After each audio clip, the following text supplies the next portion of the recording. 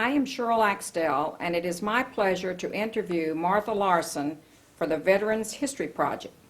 In talking with Martha in preparation for this interview, I found that she not only made a great contribution to our nation by serving in the Army Nurses Corps, but perhaps more importantly, a contribution to this nation through her work in public health and research.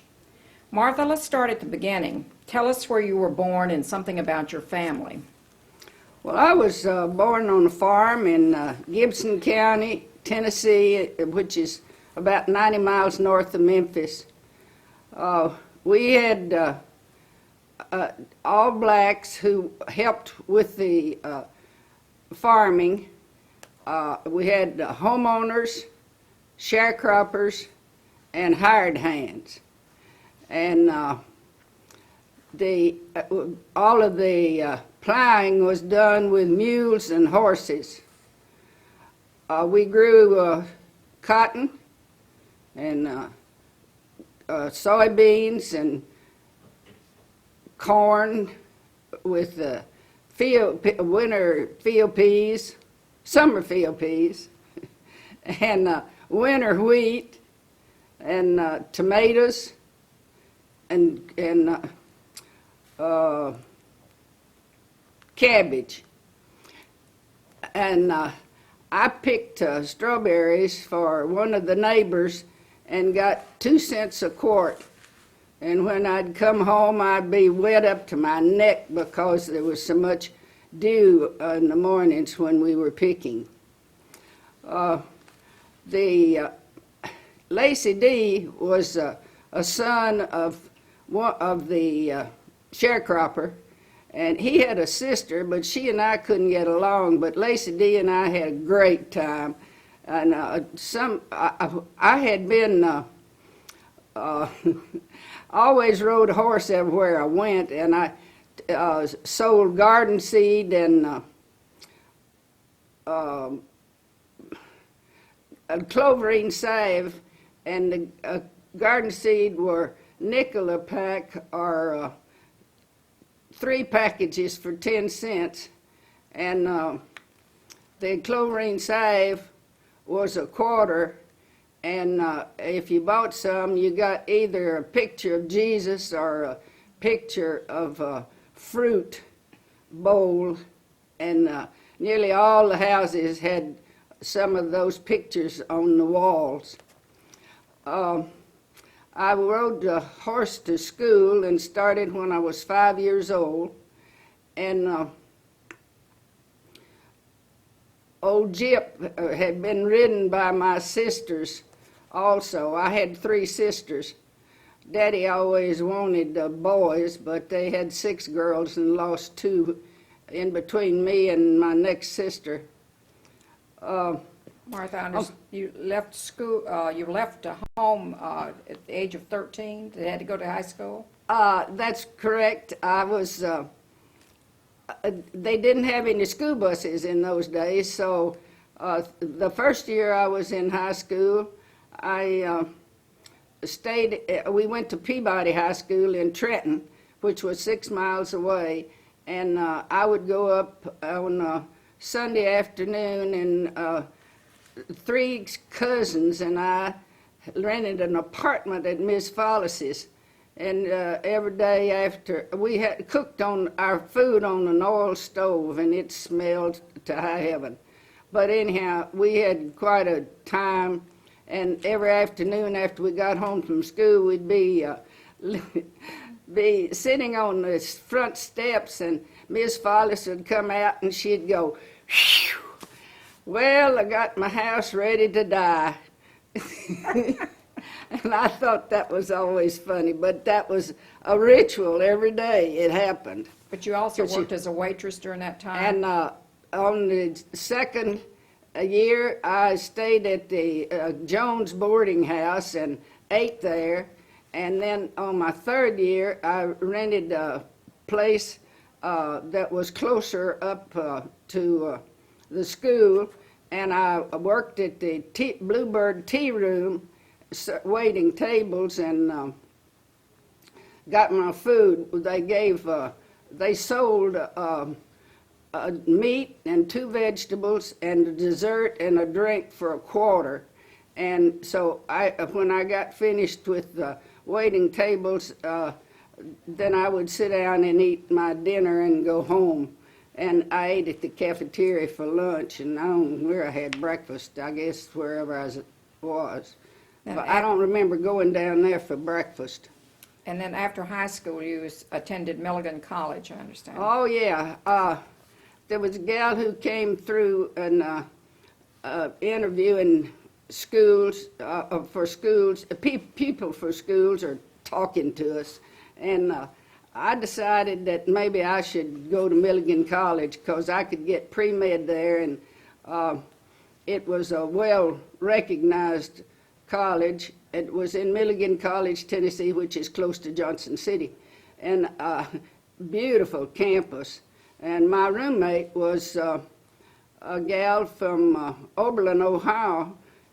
Her mother ran the French house there, and she was sent down because they didn't want her to marry Chuck. She was about to do that, and they thought if she came down there a year, it would just break everything up.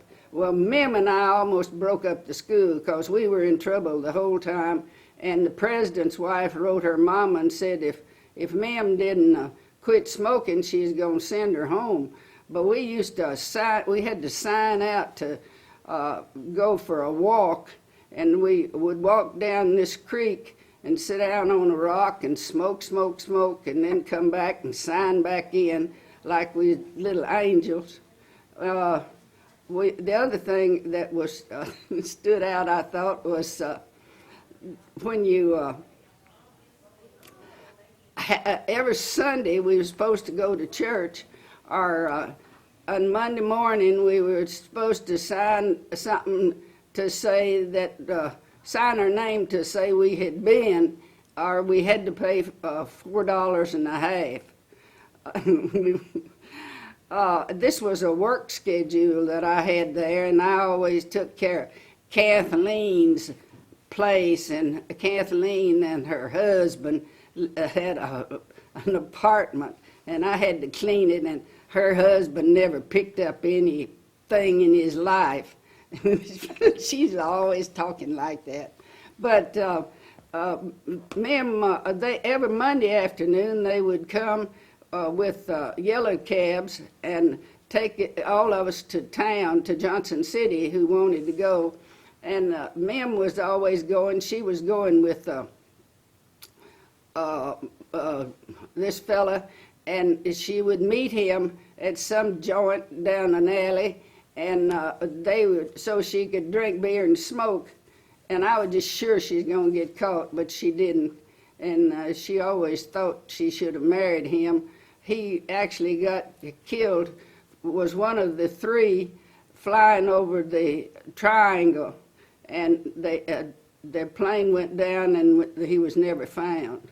Well, Martha, tell us about how you came to go to the Charity Hospital in New Orleans. I understand they sent a bus for you, but how did that come about? Well, Mem and I decided that there wasn't any way we'd ever go back to Milligan College because we just were always in trouble, and we didn't fit. So I didn't have any money to go anywhere else, and you could go to a charity hospital without paying. They just worked it out of you. And it was the oldest hospital in the United States, or the first one they had, I think. And it looked like it when I got there. We lived in the Bienville Hotel on Lee Circle, and the bus took us over to the Epiphian Temple, and we had people from the bayous who came in and spoke no English. We had two in the bed and one under it, and people on the carts and just anywhere. It was always overcrowded. Well, Huey Long sold the furniture out from under us That was in your hotel? in the hotel, Yeah. and so they built a new nursing home over near the new hospital that they had also built. And I went with the first patient that went into the new hospital, and it was, there wasn't a thing in there except beds with sheets on them. It made it a little difficult, but it was a whole lot better than being over at the other place, and we finally got some medicine and stuff. And let's see, what else was it? It was. Well, it took you longer to graduate. Oh yeah, I had. It was a 3-year program, but I was there 4 years because I had mastoiditis, and I had 2 mastoidectomies and a sequestrectomy. We didn't have any penicillin or nothing to fight it, so you just had to have surgery. And when I graduated, I wanted to do public health, and I came back to my home county. Gibson County had gotten a contract from the Rockefeller Foundation to combine home delivery service with public health. And the reason we did that was because there was no, the reason we got the contract was because there was no hospitals in Gibson County, which had a radius of about 50 miles. And the patients, the doctor would refer the patient, and we would go with him, but we visited, they had to register with us within the first trimester, and then we would go with the doctor to the homes, and lots of times we had to sit on we always took the sterile supplies and our own bag, and we sit on the bag and ride in the wagon with the mud up to the axles and cold, and lots of babies we helped deliver. There was no place to put them, and we'd get a pillow and put them in a dresser drawer for the baby bed. And Well, Martha, you drove a lot.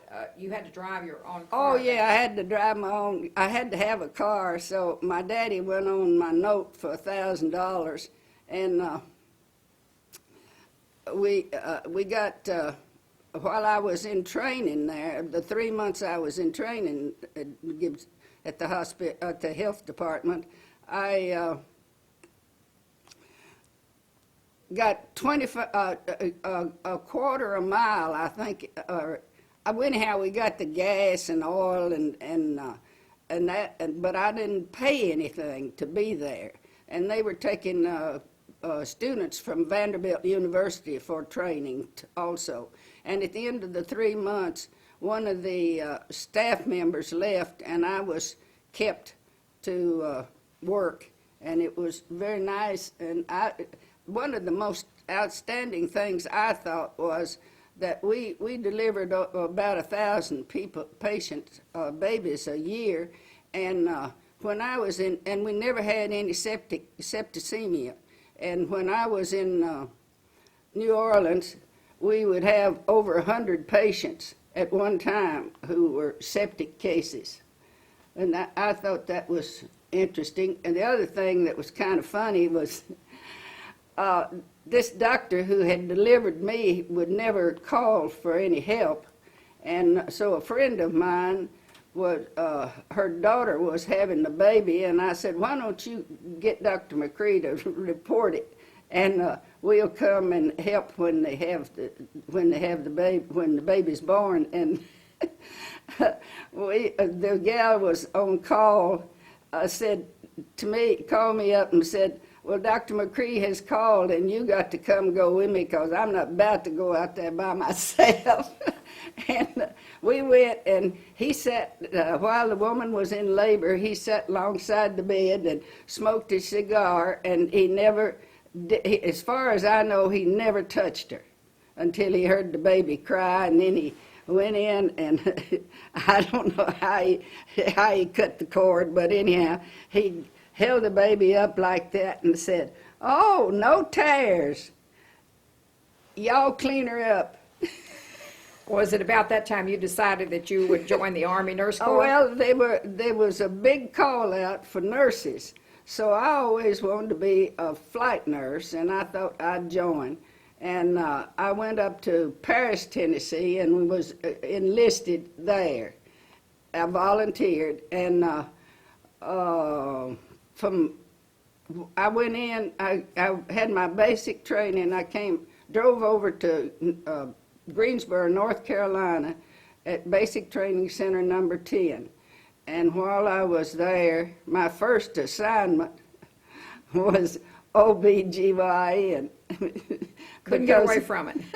And but the funny thing there was, well, I don't want so funny, but that gal that led our PT, she was like the sergeant, but she was a lieutenant too. And she just nearly killed us because none of us had had any exercise, and we couldn't bend down to the floor, and when we got down, we couldn't get up either, and then we were so sore we didn't know what to do. I got about the time we were supposed to ship out, I got pleurisy, and my group went to Florida and from there overseas. And when I got out, I was sent to Sioux Falls, South Dakota, and arrived on the 6th of June, 1943, I guess it was. Yes, that's right. But back up a little. On when you went into the Army Nurse Corps, you had to go in a limited service because of your previous surgery. Oh, that's right, because I've had the mastoidectomies. So while I was, I got to Sioux Falls on the 6th of June, and it was snowing. While I was there, I worked as a nurse in charge of the ward, a general duty nurse.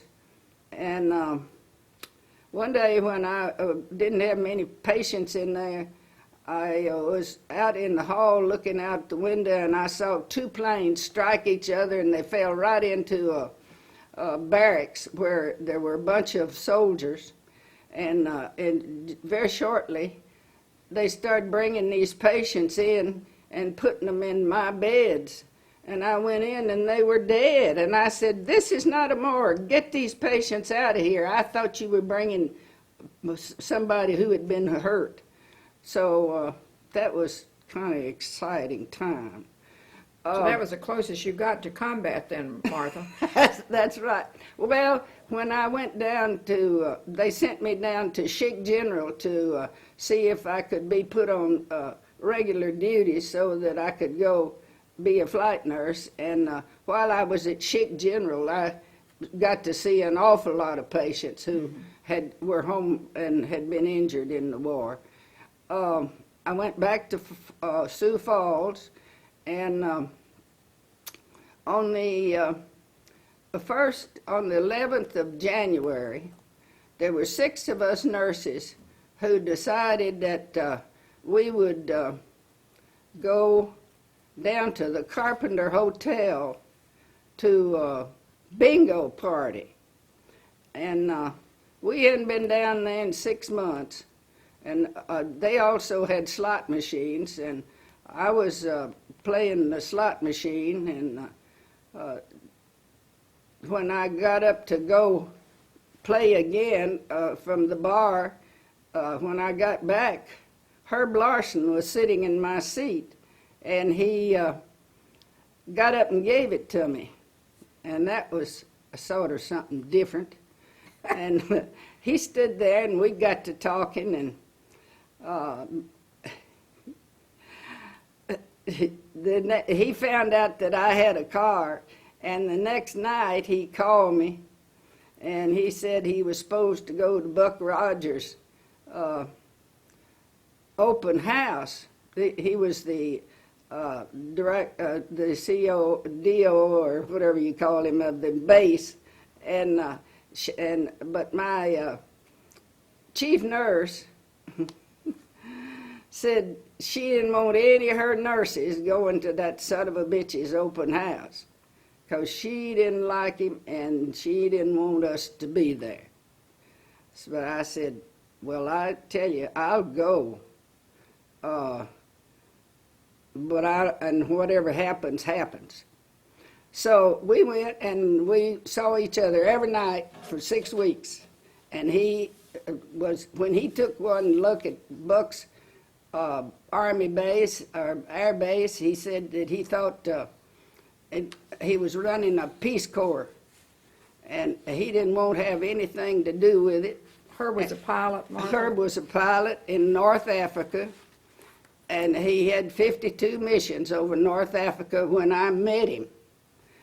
And so he wanted to go to the South Pacific and had signed up the day he got there to go. That's the reason he was only there for only 6 weeks. He got his orders to ship out to go, and when he got down to South Carolina, they decided to send him to A-26 school. I guess I have to go back and tell him that he flew a B-26 Marauder made by Martin. And a lot of them, it was the first one that they had, and they lost a lot of planes while they were there. But anyhow, he was shipped out from South Carolina to Lake Charles, Louisiana, to go to A-26 school. And when he got down there, he called me and he wanted to know if we get married, and I said yes. And so he came back, and he had to be up there 3 days before we could get a license, and we were married on the 9th of April, but the day we went to get the license, we walked in the courthouse. It was late in the afternoon, and the people said, it's right upstairs, and you better hurry because they're going to close. So we rushed up and got our license, and we were married in the Congregational Church in Sioux Falls, South Dakota. And I was, at that time, I was sick in the hospital with multiple joint pains, and they couldn't decide for sure what it was, but my feet and hands were all swollen. So they gave me a leave, and I went with him back to Louisiana. I've forgotten Lake Charles, and stayed 2 weeks. And there was another gal down there visiting her husband, and I drove back to Dallas with her, and we stopped somewhere along the way on the way back, and when we got back on the road, we went back 50 miles from where we'd been, and she said, don't ever tell this, because Steve would never let me drive again if we did that. And then I stayed there, and Herb finished his A-26 school 2 days after the war was over. And he got out and went home, and before I met him, I had signed up to stay in, so it took me a while to get out. But I had indicated that I didn't want to stay and that I would like to be discharged. He started school at Vanderbilt. But you went to San Antonio at the Brooks General? Yeah, I went, well, because first of your illness? Yeah, I was sent down to Bogalusa to be discharged. And it wasn't Bogalusa, what was it? Well, you went, Did it say? No. Okay. It was an air base down in Louisiana, and they wouldn't discharge me because my feet were swollen and my hands. And they sent me to Brooke General, and while I was there were gals, nurses, who were patients from Corregidor. One of them was in the bed next to me, and she had jungle rot, and she wasn't big as a minute, but she was, her whole body was like that. Just, it was terrible. And the wards were divided into sections, and we would be 6 on this side and 6 on that side, and down, there was the center down. But then there was another group that was up in the other section, and there was a gal right at my head. One of the Corregidor gals would grit her teeth all night, and you could hear it all over that hospital. It was horrible. so how long I were finally- you there? Well, I finally got out of there and went to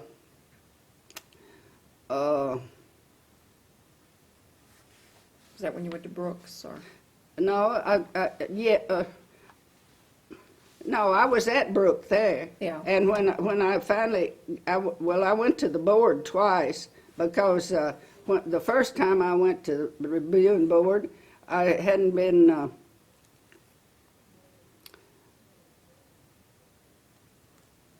They still hadn't approved your discharge. They hadn't approved my discharge, and they hadn't given me a physical examination.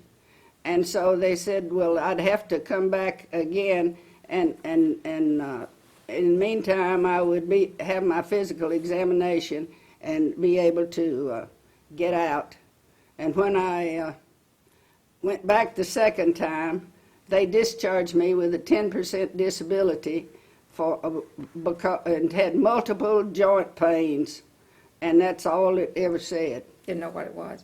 So when you were, and Herb had already been discharged, so. Herb had been And it discharged. started at Vanderbilt, so you joined him there and you lived in something called Veterans Village, which is interesting, so tell us about that. Well, actually, when we first went there, we lived in a little apartment in the backyard out there on Woodmont Boulevard, and we had our refrigerator that we had was outside on the porch. The apartment was just big enough for bed, and then we moved over on Lauderdale Road, but when we found out that I was pregnant, we got into the Veterans Village at Vanderbilt. He had, I entered school when I was there. We were both on the GI Bill. And while I was there, I worked, he finished, well, I finished 2 years and graduated with a BS in nursing and had Jim, and he finished 6 years in 5. And from there, we went to Oak Ridge. He took a job in Oak Ridge, Tennessee, and we moved over there. Jim was 18 months old at that time. But I thought one of the things that was interesting, while you were all living at Veterans Village, there were lots of veterans there, and you had to Oh, yeah. recycle your uniforms because you were short of cash. That's right. We didn't have, we were trying to live on the GI Bill, and even with my 10% increase, it didn't, every month we always spent just a little bit more, and I still have a record of everything we spent during each month. And what happened, break glasses or something would happen, it'd be more demanding. And then after you wore the uniforms, you Oh, recycled yeah. your uniforms. They didn't have enough money to buy clothes, so they would wear parts of their uniform while they were going to class. That's right. It looked like we were still in the service, really. except we didn't have all the Insignia? grass on. And then when you went to Oak Ridge, Yeah, when Herb went up there and worked for the Atomic Energy Commission, he got a Doctor of Jurisprudence degree from Vanderbilt and finished and was hired in as an attorney. And about the fourth month after we were there, I said, there's no way I'm going to stay home all the time. I got to find me somebody to take care of Jim and go to work. So I had put in an application down to Oak Ridge Health Department, but they didn't need anybody, and I went to work out in the county, Anderson County, which was, Oak Ridge was in Anderson County, but Anderson County and the TVA kind of saved, Oak Ridge and the TVA kind of saved Anderson County because there was just nothing there until we came.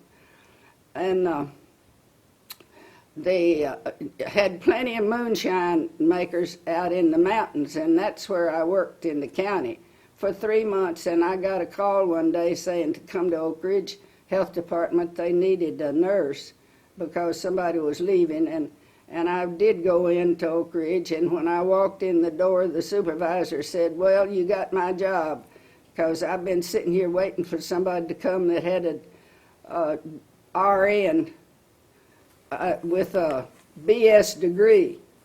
And so I was worked there for nearly 5 years as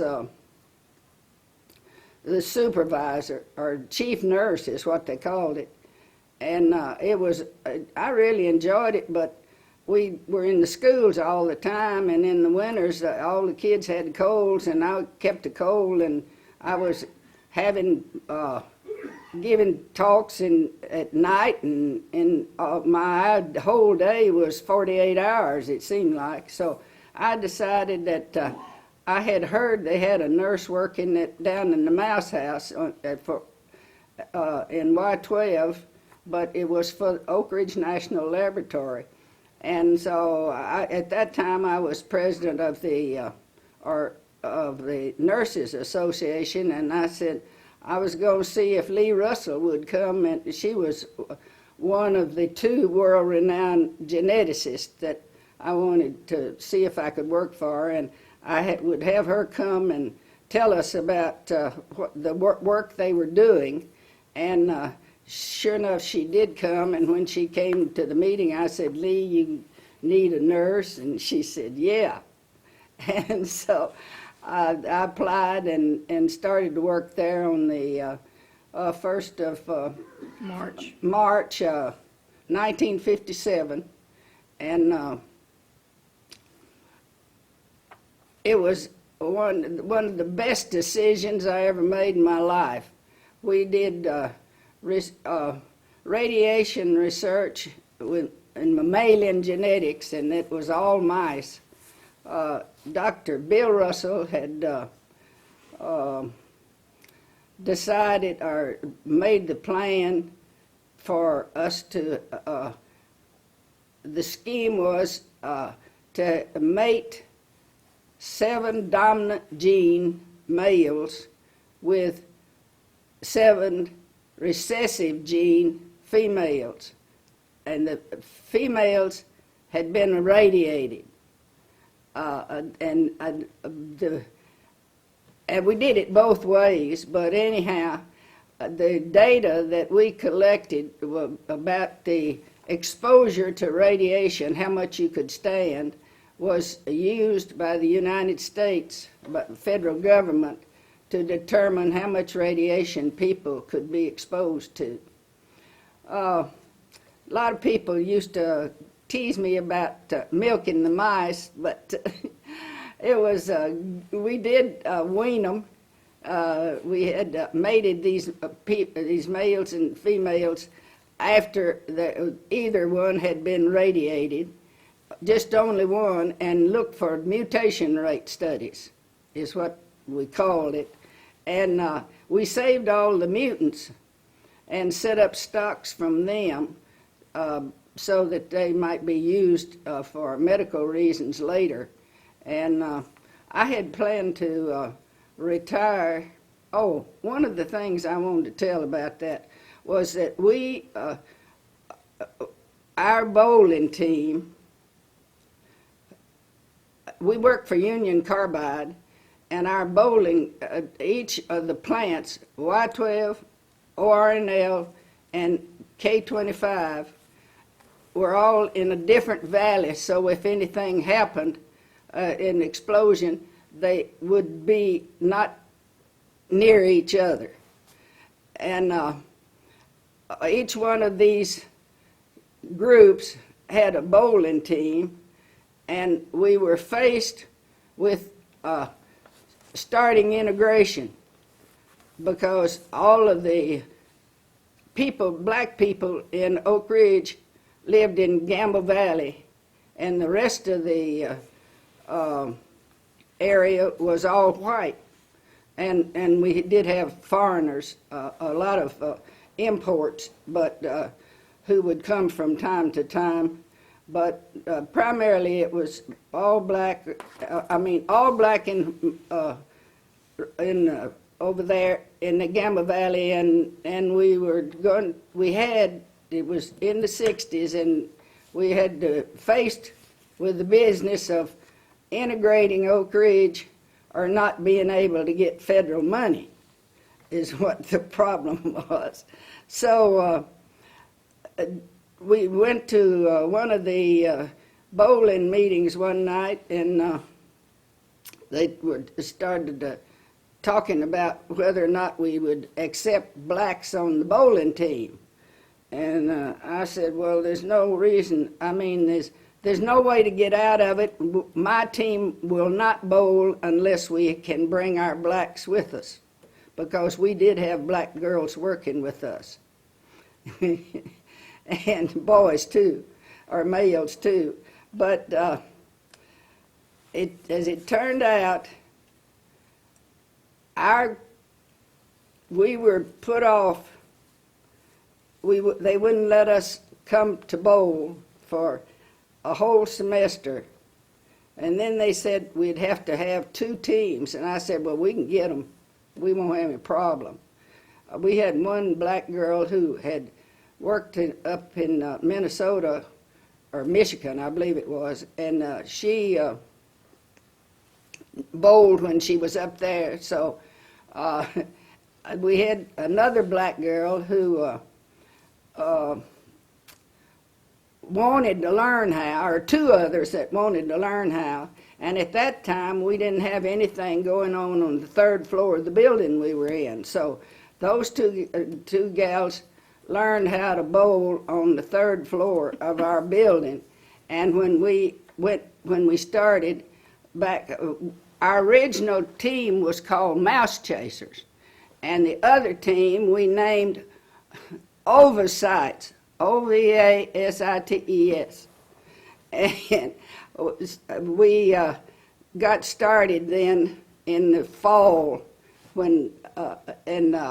also, when the other thing that I was involved in integration was we decided that we would go around from actually the Unitarian Church was ringleader in this, but one of the things we were going to do was to go to the homes and ask you, if I came to your home, I said, would you mind sitting by a Negro if you were eating? And several said, yes, I would, and several said, no, I wouldn't. So that just kind of got the thing started. And then the other thing was sitting on the stools at the counter in Woolworth. And we did that for quite a while. And then I think that we never would have made it, to tell you the truth, if Holiday Inn hadn't built a hotel there, and they would sell whiskey as well as take blacks, and the Davis cafeteria from Atlanta came up, and they would take blacks. So we had people who were going to be able to stay in the black hotels, and people who were going to be able to eat at the Davis cafeteria. And then after the Holiday Inn came, then everything else kind of got meshed in. So it was the very first stages of integration in that area. In that area. So you worked there for 27 years and 4 months. 4 months, that's at right. the Mouse House. Yeah, I was going to retire in 1980, and Lee wanted me to stay and set up a embryo freezing lab. And the reason she wanted this done was she wanted to save these mutants, but she didn't want to, we were running short on finances is what the problem was. And we had too many mice that had to be taken care of, and so we had to reduce the number of people we had working and taking care of the mice. And so I did set up a lab, the embryo freezing lab, and worked there for 5 years. And it was very interesting, and they still, after I moved here, I got a call from her wanting to know if she had told one of the gals who had left while we were working in the lab, the freezing lab, and gone to California and was back, and she was trying to thaw out some of the embryos that I had frozen, and she wanted to know if I had, what procedure I used. And I had saved it until I came over here, and I threw them all out because I'd figured nobody would ever want to know. Well, after you retired, you've been rather busy too. Your husband passed away in 1992, I believe, after a long illness. That's correct. And I did a lot of, after I retired, I worked in civic things in the church and at the health, I served about 12 years at both of them, on the town personnel advisory board for the town council, and also for the. Where was that, in Oak Ridge? That was in Oak Ridge, and also at the chapel on the hill. And the chapel on the hill was really an interesting place because originally it was one of two chapels during the war, and it was a wartime chapel on a hill, and all of the people worshipped at that chapel. The Jews had their section, and I mean their time, and the Protestants had their time, and the Catholics had their time, and it is now one of the 100-year or whatever you call those special what are Historical places. Historical places, yeah. But the children, all of the Sunday schools and whatever they called their teaching kids were held in the schools,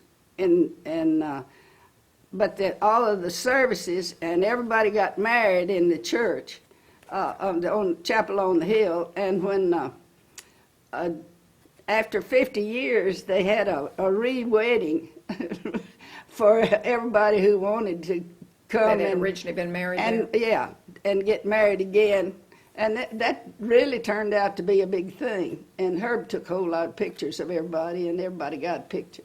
Well, also after you retired, you and Herb, did you travel back and forth between here in Fort Myers, Florida, or was that after Herb passed away? After Herb died, he never did like to go to Florida, not even when Jim was working down there. He said he wasn't going, but he did a couple of times. He just couldn't stand it because it was flat and hot. And so after he died, I started going with another friend. And after 3 years, well, we'd go stay 3 months.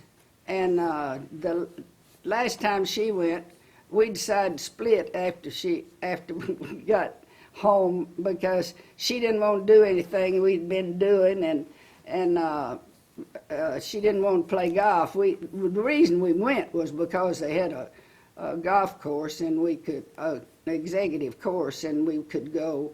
So after we split, we never had any trouble about money. It was just I had to do all the driving and wait on her. Is what the problem was. She probably didn't want to go with you anymore because you were so good at golf, because I saw those 4 hole-in-one plaques you have. No, she was a better golfer than I doubt was. that. But if it was 50, she wouldn't go play. Martha, you and your husband both made a contribution to this nation through your service in the Corps and your husband being a pilot. And now you have your son Jim, who is an executive at Wright-Patterson. You want to tell us a little about what Jim does? Well, Jim took him 8 years to graduate from Vanderbilt. He got sent home twice, and first time he was going. The second time he got sent home, he had signed up to go in the Army, and when the night before he was supposed to leave, he was going with this high school girl over at Knoxville, and the kids had a party for him over there, and she was there. But it just happened that she lived next door to where the party was, and at 12 o'clock, the mama came to get her, and Jim had a mad fit and hit the wall and broke his hand right here. And at 2 o'clock in the morning, we got a call from the emergency room wanting to know if he could, if we'd pay for setting it. And we said, yeah. And so we kept the cast on for 6 weeks, and he didn't get to go to the service the next morning. And then when they took the cast off, he had a goose egg on the side of his hand, and he had to have hand surgery then. So by the time, well, he just never did have to go to the war, is what the story was. He did work down in Florida for 18 months, and he always had a job, though, and was pretty independent, except, you know, we had to give him a car. He always had my old car. And one day he called and he said that he was going to go back to Vanderbilt, because he always said, both times he got sent home, he said, don't worry about it, I'll go back. Well, he finally graduated, most improved student, and he was offered a job with Carnegie Mellon. He was offered a job with Alcoa in Florida, Pensacola. No, it was up in Pennsylvania. But somebody came to interview from Pratt Whitney down in Florida, and he said they never did say anything about coming for an on-site interview. So he said, well, couldn't I come down for an on-site interview? And they said, we don't care if you do or not. We'd just like to have you. And so he said he would like to come because the boy that he had gone to Florida with had stayed down there, and he was getting married, and Jim needed to be down there to be in the wedding. So he got the free trip down, and he said he walked out on the beach and looked up one way and down the other, and he just decided he ought to go to Florida instead of Pennsylvania. So he took that job, and he wanted. I forgot to tell you about Betsy. When he first went back to Vanderbilt, he had met Betsy. The last time he went back, he met Betsy 3 weeks after he was there, and they went to a party, and she, when he got ready to go home, he couldn't find her. So the next morning she called him and told, it was out in the country, and she called him and told him to come get her. And when He had forgotten his date and left her there. and so when he got ready to go to Florida, he wanted her to go with him. They never had gotten married, but she said only if they got married. So he called and said, well, I've got her, and we're going to get married. So they did get married and went to Florida, and he'd been down there working for Pratt Whitney for 2 years on a contract from the Air Force. And they called him from Wright-Patterson and told him if he would come and take the job, they would send him any place he wanted to go to do his PhD. He had stayed at Vanderbilt to get his master's, and did real well then. When he moved, so he took the job in 1980 and moved up to Dayton, Ohio, near the air base, and he is still working there. He is, he's, I can't remember, I can never remember what it is they're doing, but it's in material science, and it's Ardor,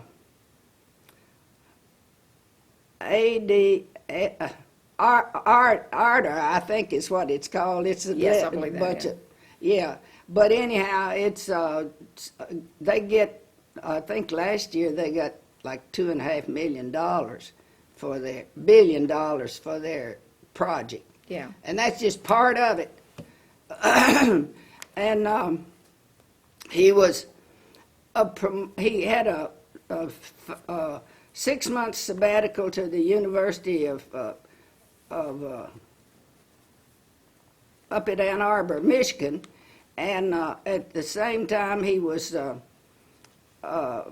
professor adjunct at Ohio State. And he's still at Ohio State, still an adjunct professor at Ohio State, and still has the same job. But he was, there's something I'm forgetting, and I can't remember what it was. But he Well, was. we could go on and on probably about this because in talking Oh, with, yeah. The same year that he had the sabbatical, he got the ST promotion, which is comparable to a brigadier general for a person who's working as a civilian with the Air Force. And I was proud of that. So I'm sure you are. he's turned out to do pretty good. And he did graduate from Carnegie Mellon. That's great, Mark. Got his PhD. That's wonderful. Is there anything else you'd think of you'd like to add to this interview before we close?